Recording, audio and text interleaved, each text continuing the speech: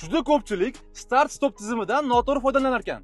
Shu qatorda mana barchamizga ma'lum kaltli usulda o't oldirish ketma-ketligini ko'radigan bo'lsak, 3 ta положение bor. Ya'ni birinchi положениеda kirib kelamiz, ikkinchi положениеda sistema uyg'onadi va uchinchi положениеda esa o't oldiramiz. Shu joyda bilamiz, ikkinchi положениеga o'tgan paytda benzin asosdan benzin tortadi va biz 2-3 sekund kutib turishga o'rganganmiz. Start stop tizimida bo'lsa, kalitsiz qanaqa yo'l tutishimizni hozir ko'rib chiqamiz. Ko'pchilik man qiladigan xatoni qilar ekan, ya'ni mashinaga o'tirish bilan tormoz pedalini bosgan holatda knopkani bosamiz.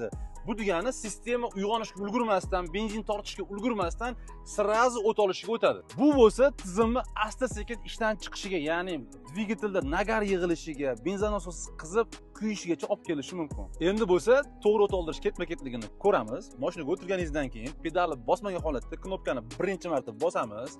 Kirib keldik, birinchi положениеga o'tdi.